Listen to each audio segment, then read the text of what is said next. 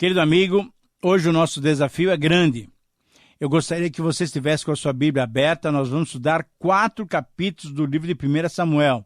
Os capítulos 20, 21, 22 e 23. Eles demonstram a vida peregrina e fugitiva de Davi depois que Saul decididamente resolveu matá-lo, não aceitando que ele se tornasse o rei de Israel. Mantenha sua Bíblia aberta e vá acompanhando os nossos comentários nesses 4 capítulos de 1 Samuel. Em primeiro lugar, no capítulo 20, temos como título o Compromisso da Amizade. O Compromisso da Amizade. E a frase desafiadora para nós é: o compromisso da amizade garante que nunca estaremos sozinhos. Essa é a afirmação, essa é a descrição, a síntese do capítulo 20 de 1 Samuel. O compromisso da amizade garante que nunca estaremos sozinhos. Vamos ver então 7 detalhes desse compromisso da amizade. Em primeiro lugar, esse compromisso pode ser visto nas perguntas que foram feitas por Davi. Davi questionou a Jonatas. Por que ele estava sendo perseguido? O que ele tinha feito? Qual era a sua culpa? Por que Saul queria tirar-lhe a vida? Davi abriu seu coração em questionamentos. Isso nos mostra que podemos também questionar, perguntar e indagar até mesmo ao Senhor, para que Ele nos diga o seu querer para as nossas vidas. Um segundo detalhe pode ser visto na proposta apresentada por Davi. E essa proposta só pode ter sido apresentada por Davi porque Jonatas era um amigo fiel, um companheiro com Davi. Davi, de modo claro, expôs a Jonatas qual seria uma maneira de perceber as reais intenções de Saul. Faria um teste para perceber a motivação do coração do rei. Jonatas concordou com a estratégia. Essa amizade é uma amizade de compromisso. Terceiro detalhe dessa amizade comprometida pode ser vista na promessa que Jonatas fez a Davi. Foi um compromisso assumido diante de Deus. Havia um amor profundo naquele relacionamento daqueles homens de Deus. Agora, embora muitos estudiosos liberais e tantos outros que leem na Bíblia, mas não temem a Deus, vejam no versículo 17 as características de um relacionamento homossexual, nós não podemos admitir isso, pois se tratavam de 2 homens de Deus se comprometendo diante do Senhor, que é santo e puro.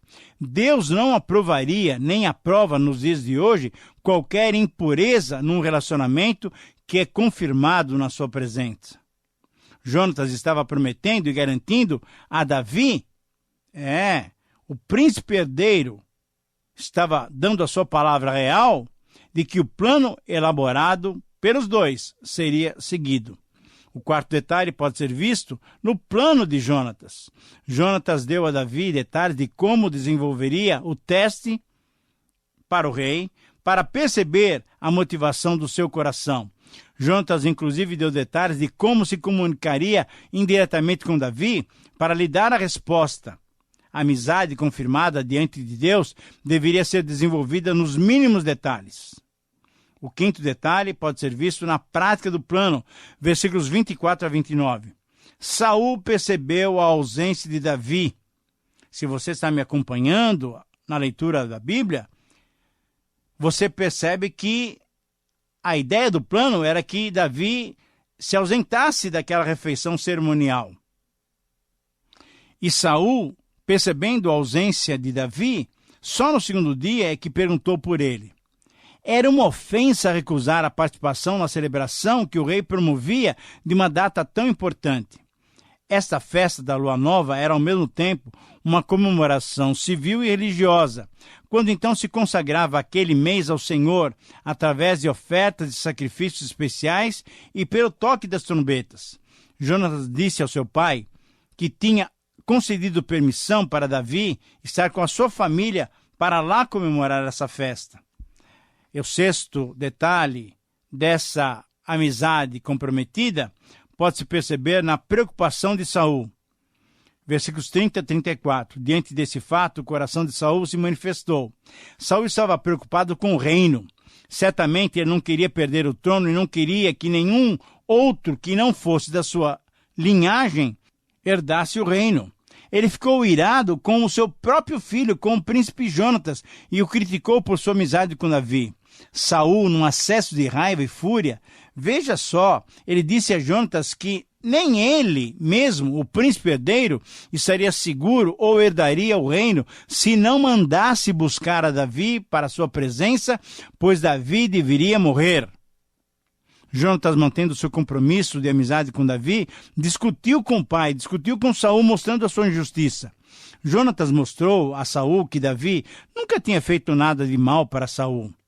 Mas Saul, totalmente dominado pelo ciúme e pela inveja, não suportou aquelas palavras, veja, querido amigo, e atirou uma lança contra o seu próprio filho. Jonatas se revoltou, saiu da mesa da refeição, entendendo que, de fato, Saul queria matar Davi. E o sétimo detalhe, ainda no versículo 35 a 43, concluindo o capítulo 20, nós percebemos na partida de Davi. Conforme combinado, sem que ninguém percebesse, Jonatas passou a mensagem para Davi. Davi, sim, corria um perigo de morte grave. Saul intentava tirar-lhe a vida. Jonatas e Davi se encontraram, e diante dessa realidade, eles se abraçaram, se beijaram, choraram muito e se despediram. A amizade estava mantida, porém, não estariam mais juntos por causa do ciúme, inveja e o ódio de Saul. Em segundo lugar, agora, no capítulo 21, nós vamos ver uma sequência desses eventos. Então, no capítulo 21, nesses 15 versos, nós temos a seguinte expressão como título: a busca por proteção e as suas consequências. Eu repito, o título do capítulo 15, a busca por proteção e as suas consequências. A Bíblia é em cada detalhe provada como um livro verdadeiro inspirado por Deus. Mesmo que destaque alguns personagens, colocando-os até como heróis pelos seus feitos, pelas suas corajosas ações ou pela sua completa dependência de Deus, a Bíblia também mostra os erros e as ações pecaminosas desses mesmos indivíduos, demonstrando que a vida deles serve de exemplo positivo e negativo para todos nós. Nesse texto que nós vamos analisar agora, do capítulo 15, nós vamos ver atitudes erradas de Davi. Davi, o homem segundo o coração de Deus, também errou. E por isso, como resumo desse capítulo, como advertência para nós, a proposição do texto pode ser colocada através dessa afirmação. Por ser essencial, a busca por proteção pode levar-nos a desastrosas consequências.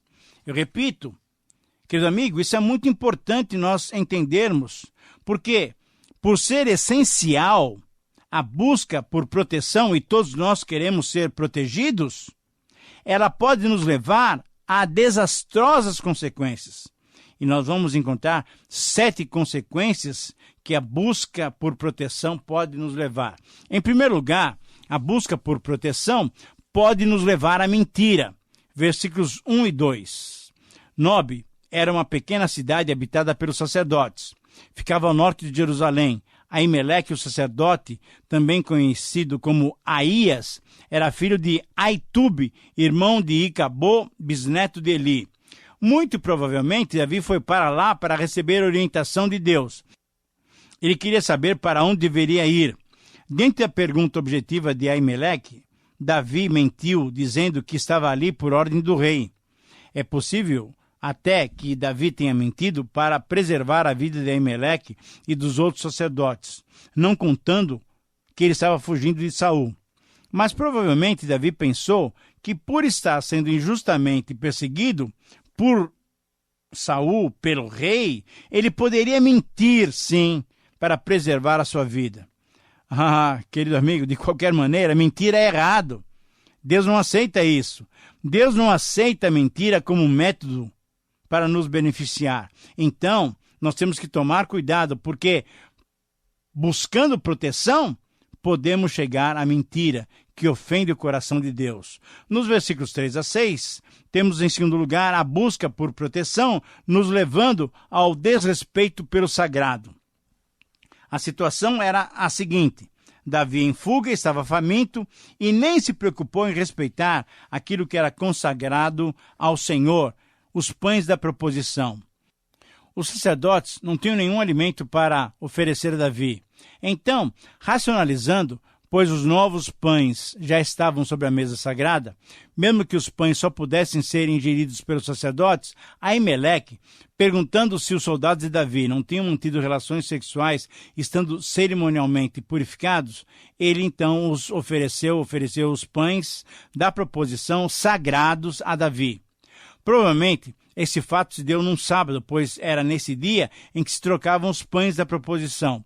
E em Mateus 12, 3 e 4, Jesus usa esse episódio para mostrar como os fariseus eram legalistas e não atentavam para o espírito da lei. Porém, temos que destacar que, por estar preocupado consigo mesmo, Davi desrespeitou aquilo que, naquela ocasião, era considerado sagrado. Davi, buscando proteção, comeu os pães que eram consagrados ao Senhor. Em terceiro lugar, buscando a proteção, nós podemos chegar até desconfiar de pessoas. Deog, conforme a sua tradução, muda a pronúncia. Era um edomita, era um servo de Saul, ele estava na cidade. Embora o texto não revele o motivo, ele estava ali detido até passar o período de purificação. Talvez até por apresentar alguma mancha na pele, alguma lepra, ou então por estar sendo disciplinado. Dog ficou sabendo da presença de Davi junto aos sacerdotes, e embora esse verso não mostre qualquer motivo, Davi suspeitou dele. Esse homem aparecerá novamente no capítulo 22, ainda nesse estudo, ainda nesse programa, quando sob as ordens de Saul, ele matou 85 sacerdotes do Senhor. Em quarto lugar, a busca por proteção nos leva a apelar-nos para a violência. No versículo 8, infelizmente, vemos novamente Davi confirmando a sua mentira para conseguir alguma arma, pois ao invés de depender de Deus, queria segurar-se com alguma arma. A espada que estava disponível no momento era a espada de Golias, que ele mesmo tinha entregue no santuário para homenagear, reconhecendo que a vitória tinha sido dada pelo Senhor. Mesmo com essa lembrança, Davi continuou no seu trajeto de buscar proteção sem depender de Deus. Em quinto lugar, a busca por proteção nos leva a refugiar-nos com os nossos inimigos, a procurarmos refúgio nos nossos inimigos. Nesses versos, vemos que na fuga de Saul, buscando por proteção, Davi foi procurar refúgio, foi procurar proteção em quem? Nos inimigos de Israel, nos gentios, a quem o Senhor rejeitava por serem adoradores de ídolos. Davi foi procurar refúgio com os filisteus, procurou o governador Aques, da cidade de Gade, e ali ele foi identificado como aquele que vencera Golias, que seria o futuro rei de Israel. Ah, querido amigo, pela busca de proteção, porque queremos ser protegidos, nós nos tornamos vulneráveis quando não dependemos de Deus. Em sexto lugar, a busca por proteção pode nos levar a temer os inimigos.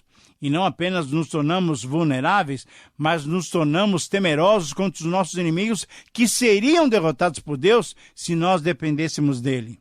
Para safar-se, então, daquela situação, Davi teve que enganar mais uma vez. Para não ser perseguido e ser preso pelos filisteus, Davi fingiu-se de louco. Por causa do medo, usou novamente o engano e a mentira para se safar daquela situação.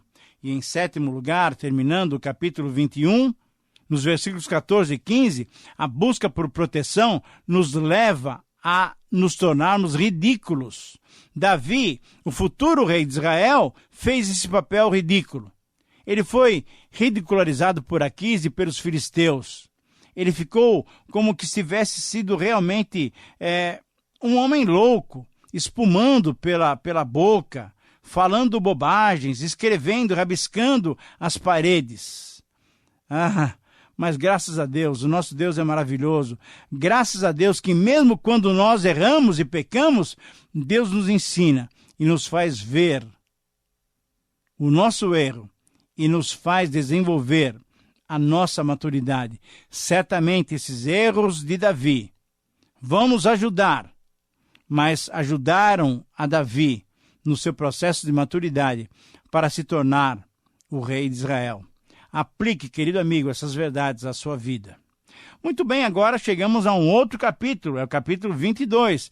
Veja que nós estamos estudando os capítulos 20, 21, 22, 23. São vários capítulos no mesmo programa, mas todos eles se referem a essa situação que Davi enfrentava diante de Saul. Espero que você esteja mantendo a sua Bíblia aberta para acompanhar as nossas considerações. Embora tenha errado, como acabamos de ver, agora o exemplo de Davi se torna um exemplo positivo. E por isso, o título para esse capítulo é As Atitudes Conciliadoras de Davi. As atitudes conciliadoras do ungido do Senhor.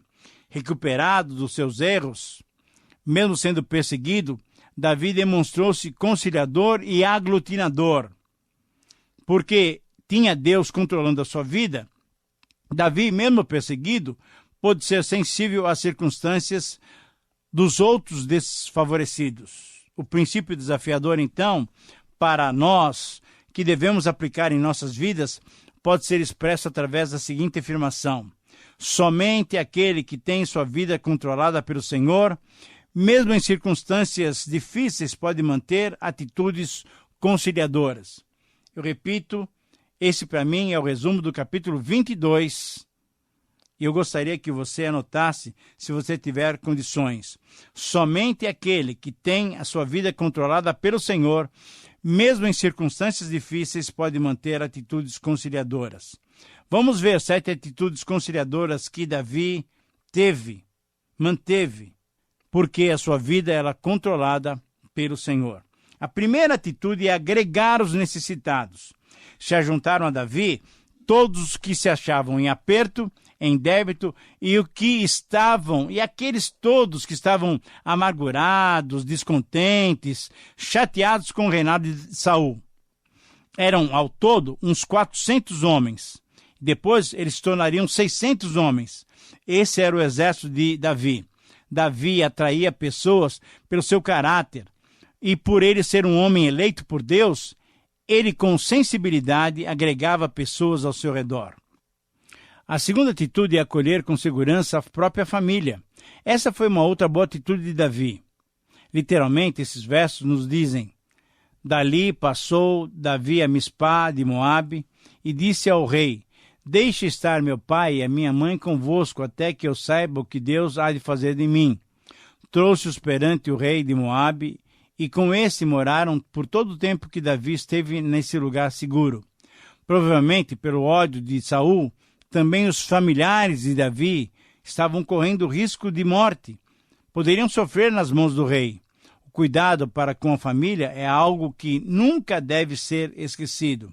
Por isso, essa vida controlada pelo Senhor tem essa atitude conciliadora, acolher com segurança a sua própria família.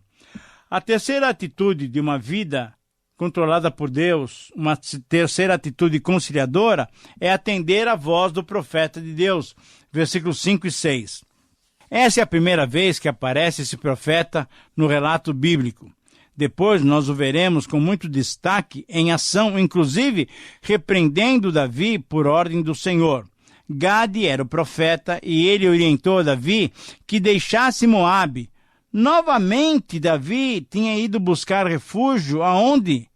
Com os inimigos, com o povo gentio. E Gade, então, falando por Deus para Davi, advertiu que ele devesse deixar Moabe, retornasse para Judá, que era território israelita. Ouvir a voz de Deus é fundamental para as nossas vidas. A quarta atitude é apaziguar-te diante da delação. Encontramos aqui Dog, o edomita, delatando Davi, contando ao rei que ele tinha presenciado o que Davi tinha feito em Nob. O que Davi poderia fazer diante disso? Nada, absolutamente nada, se não esperar no Senhor. A paz que Deus nos concede ultrapassa qualquer entendimento humano. A quinta atitude conciliadora é, ao ser acusado, ser defendido pela sua lealdade. Davi, mesmo sendo acusado injustamente por Saul, teve por parte de Aimeleque uma defesa firme e segura. A sexta atitude é assombrar-se, conforme os versículos 16 a 19, com a loucura do próprio ímpio. A insegurança e o coração ímpio de Saul não lhe permitiram ouvir a voz do sacerdote e ordenou que ele e os outros sacerdotes fossem completamente mortos, totalmente mortos, todos os 85 sacerdotes. E diante da recusa dos soldados israelitas em fazer tal assassinato em massa, esse homem edomita, Dog ou Doeg, matou-os de uma maneira fria e brutal. Enquanto Saul confirmava a sua loucura e a sua má índole, Davi estava com os seus se assombrando com aquilo que ouvia, com esse episódio. E em sétimo lugar, uma atitude conciliadora é assumir responsabilidade pelo sacerdote de Deus. Um dos sacerdotes teve condições de fugir. O seu nome era Abiatar. E Davi, consciente de que ele mesmo tinha sido o causador daquela tragédia, quando foi pedir alimento em Nob, Davi então abrigou Abiatar para ficar com ele. Muito bem, estamos chegando ao final do programa e agora temos ainda mais algumas afirmações sobre o capítulo 23. A minha sugestão para título desse capítulo é: siga as orientações do Senhor. Siga as orientações do Senhor.